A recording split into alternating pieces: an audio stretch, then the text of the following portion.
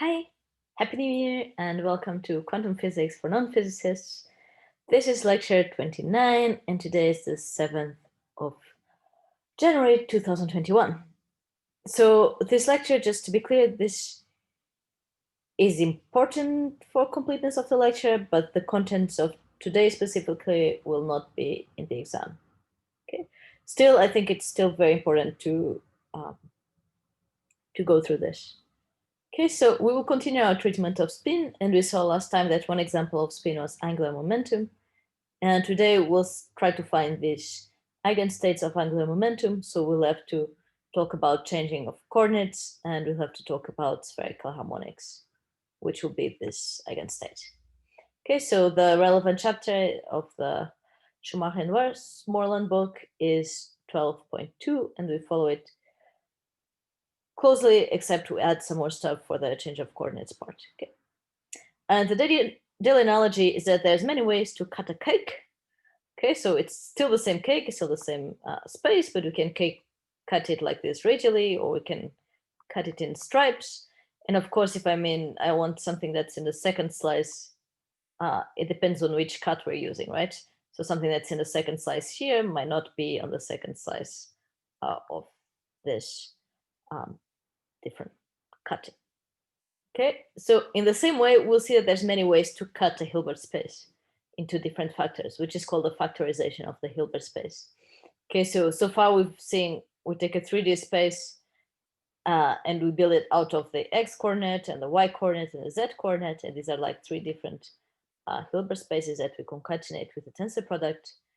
But there's other ways to do this to achieve the same global space, and one could be to go through the spherical coordinates, where we care about the distance to some center and then two angles theta and phi. Okay, so it will be kind of almost to the letter this kind of situation here, and we'll see how to do this. Okay, so let's just recap what we saw. So we started talking about angular momentum. So we took this 3D space, like I said, it was X, Y, and Z. And then we described these operators for angular momentum in the three directions, which were inspired like directly analogous to the classical part. Okay, so it's like in classical physics, there's angular momentum, and now we can see, well, what would happen if we just promote each of these variables to an operator. So instead of y, we have the y operator. Instead of pz, we have the pz operator, and treat this quantumly. Okay, and what we saw that happens is that these three operators, they satisfy this commutation relations, which means that they act like a spin, which means that we can do this whole treatment of spin and apply it here. So in particular, we can write the total angular momentum like this, and we can write these lateral operators up and down, right? And then we saw that there's common states, common eigenstates of both total angular momentum and the z direction.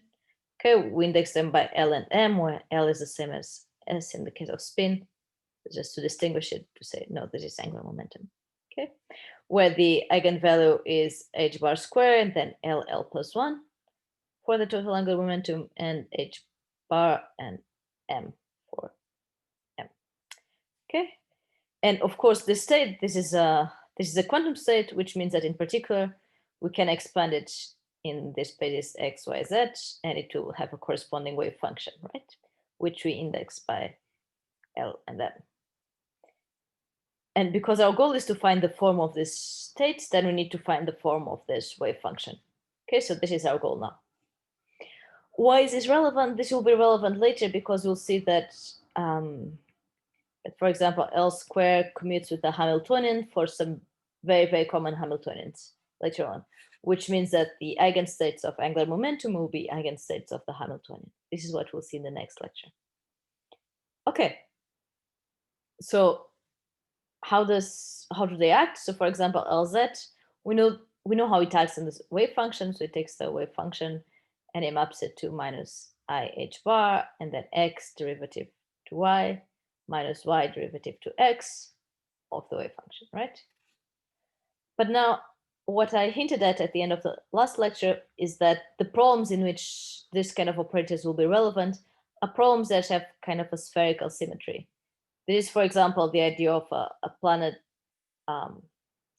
going around a star, that we have a potential that is central, and the important thing is that then the total angular momentum commutes with a Hamiltonian, so it's a conserved quantity.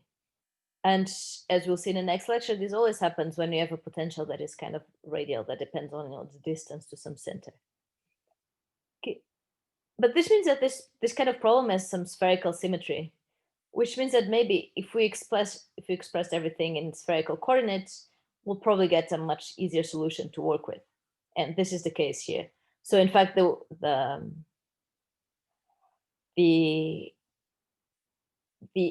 Eigen States of this operator will be much better expressed in terms of spherical coordinates.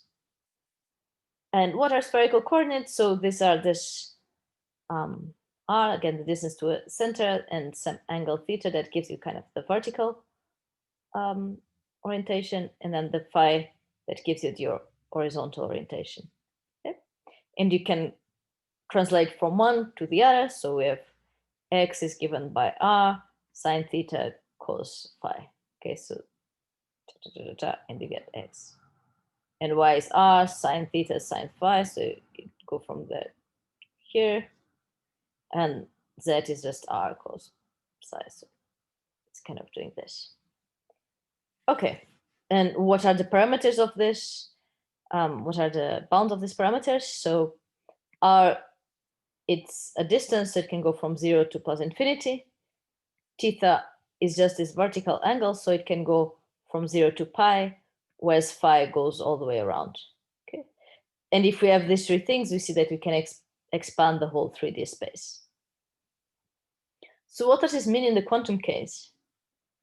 In the quantum case, it means that we can take the same 3D Hilbert space, and instead of breaking up into x, y, and z, we can break it into the Hilbert space of the radius, so the distance to the center, the Hilbert space of theta, the vertical, and phi, the horizontal one.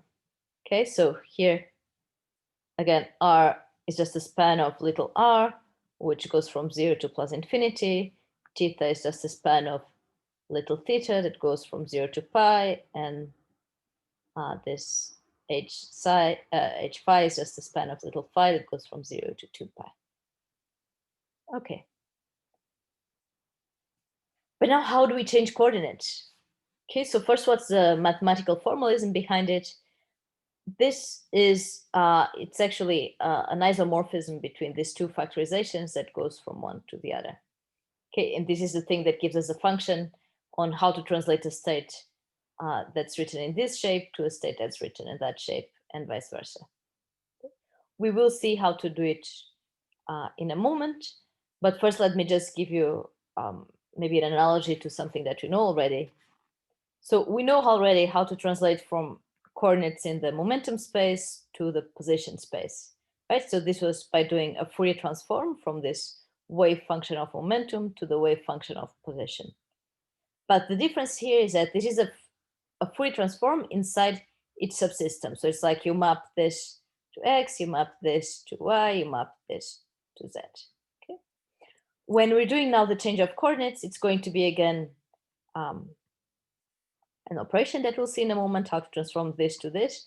But the difference is that it's global. It's not like we map x to r and y to theta and z to phi, right? It's a global thing. So we'll see how to do it once to have like the mathematical basis of how to do it, but know that in practice, we normally work directly with the wave function. We kind of forget about what's underlying about this underlying factorization. Okay, so for many problems, to solve the problem, you just need to act directly on this thing. Okay. So again, in the classical case, to obtain x, you just say, well, x is r sine theta cos phi, y tarara, z tarara. So if you know r, theta, and phi, you can obtain x, y, and z. So let's see how to do it in the quantum case.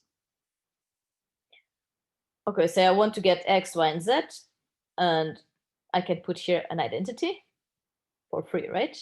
And one way to write the identity is just this expansion in this other coordinate set of all the basis states, okay? This is the same as saying that in, for example, in the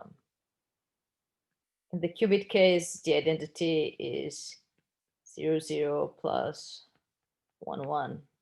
Or if you have just one dimension, we have the identity that is the x, right, over the whole space. And here it's the same, we're doing the same in 3 dimensions, and we're doing it in the new factorization, so in the spherical coordinates. So I'll erase this. So in the spherical coordinates, I can have that the identity is just the integral over the whole space of each basis element. And then there's this term that was here, still there. So now I have these terms inside the green brackets. This both belong in the 3D space. So I do a global inner product of this with that. Okay. And this gives me what? Well, it gives me the classical results. Okay, this is where we kind of plug in how we want these two coordinates to relate to each other.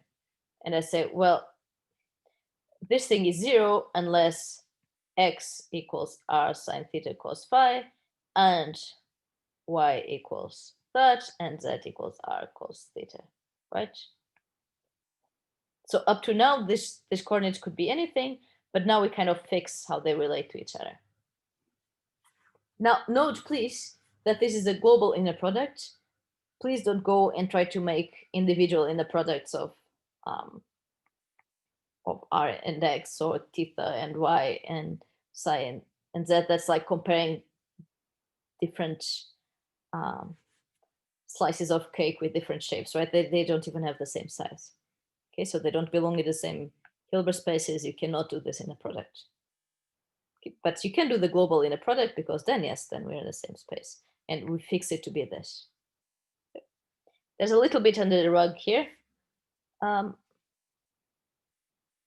But we don't worry about this for now. So now, if we know how the coordinates transform, then we can ask, how does the wave function transform? So let's just remember what the definition of wave function was. So it was just, we take the state, and it's the inner product of the state with these basis elements that correspond to the coordinates that we're interested in, right? And this gives us this wave function, which is a number. So it's going to be exactly the same for our new wave function of the of spherical coordinates. So we take the same state, and we just do the inner product with the coordinates we're interested in. And now, again, like before, for free, we can put here an identity. And now we can put the identity that is expressed in the Cartesian coordinates, so x, y, and z. Okay. All right. And now this thing does not depend on x, y, and z. We can bring it inside the integral if you want. And now, again, we have here two terms that live on the Hilbert space of 3D. So we can compute the inner product between them. Okay. And this inner product, we know what it was, just from before, it was these 3 deltas. Okay. And on the other hand, what is left here is this, but this is precisely that, right? So this is the wave function in Cartesian coordinates. Okay, so there we are. So now we have the integral with just 3 delta functions, which means that, well, this goes away and this x gets replaced by this, and so on. So at the end of the day, what we get is that the wave function in spherical coordinates is exactly what we'd expected, right? So it's the wave function of the Cartesian coordinates that correspond to the spherical coordinates, right? So this would be the x, this would be the y, and this would be the z. Okay, which makes sense, because the wave function is like, I'm asking, what is the wave function? What is the wave function in this point? Okay, and they shouldn't match if I'm expressing this point in spherical or in Cartesian coordinates. Okay, so this is how to go from Cartesian to spherical, and we can also go the other way around. So if we take those relations from before, if we take these relations and now we try to invert them, so we try to get r, theta, and phi as a function of x, y, and z. This gives you this. You can check by yourselves if you want. So you can just plug this in the other ones and see that you get the right thing. So if then we do exactly the same shenanigans as we just did before, we obtain again the same results. So to go from the spherical coordinate to the Cartesian ones, we just have to replace here. So this would be the r, theta, and phi. We just have to replace here with the relevant change of coordinates. So far, this is all very straightforward. But again, remember, we're trying to find the Eigen States. So we're trying to find, in particular, how do these operators act on my wave function now written in spherical coordinates. Okay. And this will be also a little bit involved, but the principles are very easy. And then, like we saw before, then it's just doing the maths. Okay, that's just like cranking the machine. Okay, so we want to know how LZ acts on the wave function in spherical coordinates, and you know how it acts in the Cartesian coordinates, right? So it acts with this x and this derivative and this y and this derivative, which means that we need to translate these derivatives to spherical coordinates in order to know how it acts there. Okay. How do you do this? And now it's time to remember Calculus 1 or Analysis 1, which you must have had in your first year. And it's this chain rule of derivatives. So we have this variable x, which depends on three other things, depends on r, theta, and phi. And the way to expand this derivative in terms of the other coordinates is to just plug in kind of all these partial derivatives. Okay, so d dx is d dr dx, d dr, plus the same for theta, plus the same for phi. And we do the same for the other two. Which means now that if you want to write ddx in terms of spherical coordinates, we just need to go and solve all of these things and then kind of plug them together. So we'll do here in the lecture the example for one of them. And the others are just exactly the same, so it's just a bit tedious to do all these derivatives, but we'll see how to do it. Okay, so what we need is how to write r in terms of the Cartesian coordinates, and also what we need, how to write x in terms of the spherical coordinates. Okay. So we have dr dx. So we're trying to find this term here, and then we'll find this, and then we'll find that. Okay. So dr dx is d dx of r. So we just took it from there. And now it's just a derivative of a power, which is, so this power goes there as a factor, and then it's the same term up to the same power minus 1, and then d dx of what's inside. Right? This is simple derivatives. And then I just replace, well, this is just 1 over r again, so I just use this again. D dx of this thing is just 2x. Then x and x cancel each other, and now I replace x with what is here, because remember at the end I want everything in spherical coordinates. So that's just r sine theta cos phi, and the two r's cancel each other. So I got my first term. So it's just sin theta cosine of phi. Okay, so that's the first term. Then I need to do exactly the same for the second and exactly the same for the third. Okay? I will not do it explicitly because it's again always the same procedure. But there they are. It gives you this. And then to get ddx, we just need to put them all together, right? So we put them all together. So I just replace this with this thing here, and ddr stays. This is replaced with that thing there, and dd theta stays. And d phi dx is replaced with this, and this partial derivative stays. Okay. Now, we tried to get to Lx, which was what? Let's see again. X ddy minus y ddx. So we need to have this thing. So we need to multiply everything by y. Okay, so if y ddx, well, this is what y is, and then ddx, I'm going to replace with what's up here. Okay, so then I just need to multiply r sin theta sin phi by this thing there, and it gives us this, all of that. Okay, so if you want, you can stop the video here and check the calculations. But again, like this is now really just, it's really just compiling, right? Math is our compiler. But this is not all we need. So we need to do also ddy. And it's again the same procedure as we did before. So it's, you can do all these calculations like we did, and you end up with these terms here, check, check, check, check, check, check, and we just plug them in. We multiply by x, and x is r sine theta cosine psi. And now we're trying to get to Lz, right? So Lz was this thing multiplied by I h bar. So let's see what this thing is. And it's again, it's just this whole term, which is this plus that, minus this thing that we computed before, minus this thing here. Yeah. Chuk. And it's very nice because it just cancels out. Okay. So if you look this, sorry, this should be R here.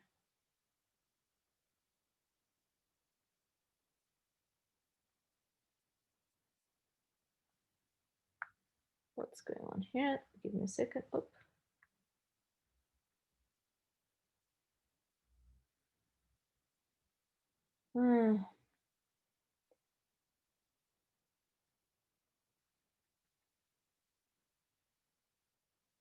There we go.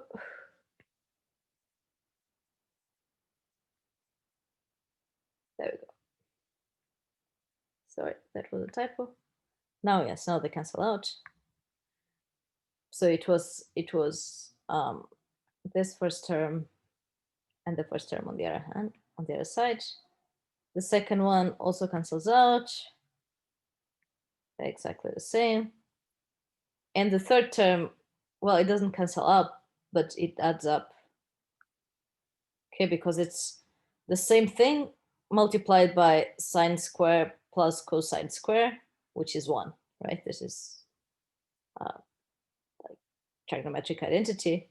So this is the only surviving term, so it's 1 times this derivative in order to psi.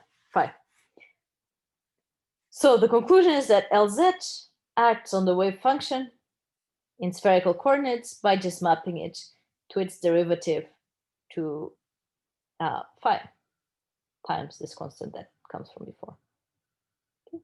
So this is how you do it. This is how you translate an operator in Cartesian coordinates to spherical coordinates. And then we do the same to x and y, and we get this. Then we sum Lx plus I Ly to get the ladder operators, or minus Ly, and you get these two big operators, okay? And you can do the same. Now we sum the squares of all these three to get the total angular momentum. Okay. So again, here what's important is the procedure, is that you know the protocol to doing these things. And then once you do it, it's only maths. And again, I will not ask you this in the exam because the point is not to see if you can do all the derivatives, right? Okay. But now we are really looking for these eigenstates. And let me tell you again, just as a reminder, we're doing this because we'll see that if our Hamiltonian is some potential that only depends on R, the distance to some center, plus the kinetic energy, then it will commute with L square, which means that eigenstates of L square are eigenstates of the Hamiltonian, which means they are important for dynamics. And this will be, it will be the same actually for LZ. So this means that the total angular momentum here is a conserved quantity of the system, okay, which is this symmetry idea. Good. So let's go back. Now we have again like this eigenstates, this joint eigenstates of LZ and L square, but now we have confidently written them in the spherical coordinates, right? Where here all we care about now is the wave function in spherical coordinates. Okay. So now we just apply this eigenvalue equation. So we know that if we apply the operator, we get HM. And if this acts like this on the state, then you can do the math and see, well, it's the same for the wave function. So we just apply it on the wave function. And you should get h bar m times the wave function again. Okay, now we just shuffle the coordinates, so we cancel out the ages. We send the I to the other side. And what we end up with is a very simple differential equation where the first derivative of this thing equals this thing times a constant times I. Okay. What's the solution of this? It's just an exponential. Okay. Times a constant, where this constant here can depend on R and theta because they are not called by this derivative. Okay, so the solution is that the wave function has this exponential part where the exponent is Im and the angle. And then it can also have a part that is constant on this relevant angle phi, so it can be a function of R and theta.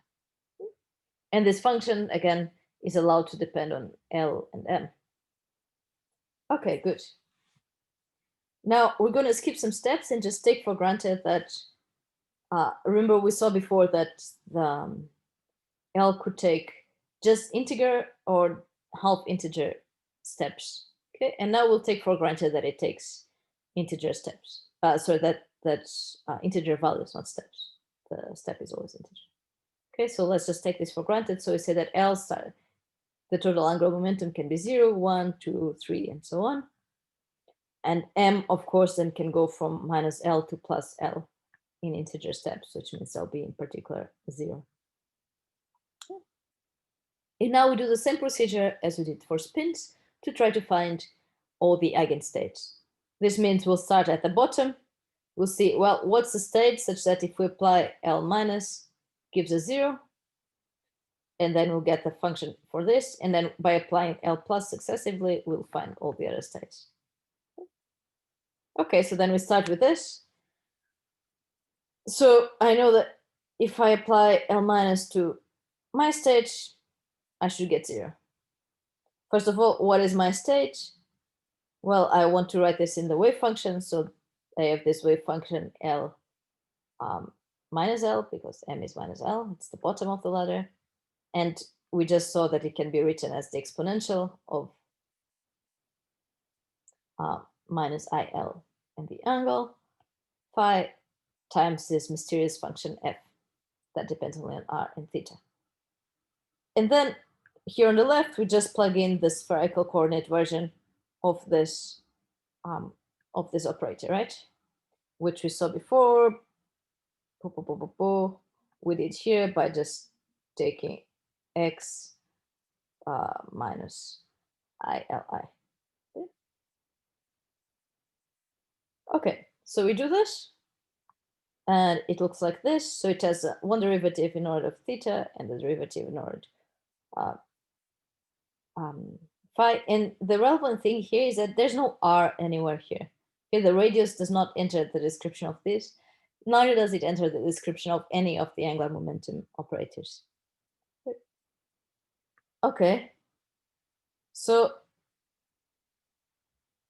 this looks like a complicated differential equation, but we can make it a bit simpler. So first of all, we just apply these derivatives directly on this thing, and we see that this factor always pops out, so we just add it here.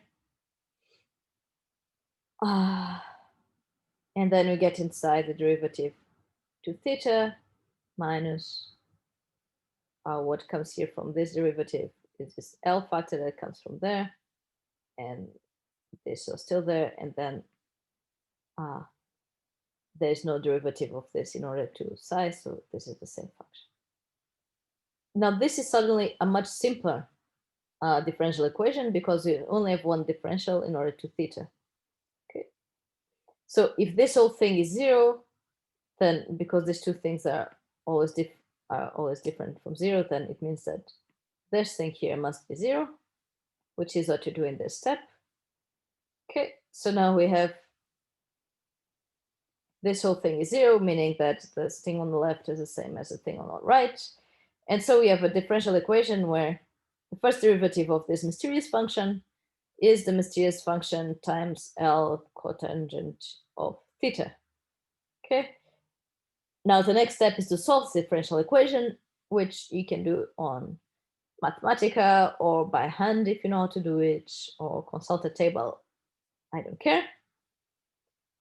We solve it and we get the solution. Okay, so by the way, don't be scared. I would never ask you to solve such a thing in the exam. Okay, because it's not the point. The point is that you know what you have to do. Okay, so we get this. So sine to the power of L of theta, and then we still allowed a constant, and this constant can in particular depend on R. Okay, so we just call it function R of R, theta of R. Okay, because again, there was no derivative in order of R of anything. Okay, so we plug it all together, and we get that the wave function of the bottom is going to be this R of R, and then this function of theta, and then this function of phi. Okay. This thing here, this particular part here is going to be called a spherical harmonic. I'll talk about this in a while. Okay. So now we got the bottom of the ladder, like we saw, and now to obtain the other ones, the other states, we just apply this ladder operator many times, because as we saw before when we talked about spin, to obtain the next one in the ladder, we just apply the ladder operator and then we multiply it by this factor that renormalizes it, right? And now remember again that this does not depend on R. And then, okay, the conclusion is going to be our wave function, our eigenstates for L and M will depend on some function of R that we don't know, and then something that depends on L and M that depends only on theta and psi and phi. This is what are called the spherical harmonics. And we can even break it down because like we saw here, this is going to be the case always. So it will have some function of theta, and then the function of phi is always going to be the same. It's always going to be this exponential, okay? This is, I know, because I know how the ladder operator acts. You can check it by hand if you want. Okay? And now we still want to know how to, the exact form of this, guys, of this piece. Well, and it will turn out, well, we start with the lowest one. So in the lowest one, we had this thing we saw before, and then there was a constant, right? And the constant, we can break it into two parts. The one part is this function of R, and then another part can be a normalization constant. This is a choice, okay? So I want to choose it, and again, this is an aesthetic choice. I want to choose it such that the wave function is normalized if I take just a sphere of radius 1, and I just want to normalize it over the surface of the sphere. Okay, so this means that then later, if I want to, I have it's a bit easier somehow to think about this function r of r, and I just need that function to be normalized itself because this thing would be normalized. So what I want is that, oh, there's a square missing here, is that the absolute value of the wave function is normalized over there. Again, this is a choice. It's convention, okay? But it's kind of a convention that is sensible for once. So you can kind of work out by plugging this in here, you can work out what this constant should be, and it turns out to be something like this. Okay, so it depends on L. Again, we didn't need to do this. We could leave the normalization to this function R, but this way is a bit tighter. Okay, and then to do the next one, like I said, it's taking the previous one, PLM, we apply this operator, ladder operator, and we multiply it by this constant. Okay, and this is just like the chocolates that we talked about last time. We're not going to do it by hand every time. You know, for each value, for each sensible value of L, these things have been calculated. You can consult a table with all the spherical harmonics. But it might be instructive to see it here just once. So if L is 0, then there's only one value of M, which is 0. And then this function is just a normalization constant. Okay, it's going to be just that. There's no dependence on theta. So this corresponds to a wave function that is constant over all, over this whole sphere, over each sphere. For L equals 1, then there's 3 options, right? M can be 0, it can be plus and minus 1. So we have 3 steps on our ladder. And for 0, this wave function depends only on the cosine of theta.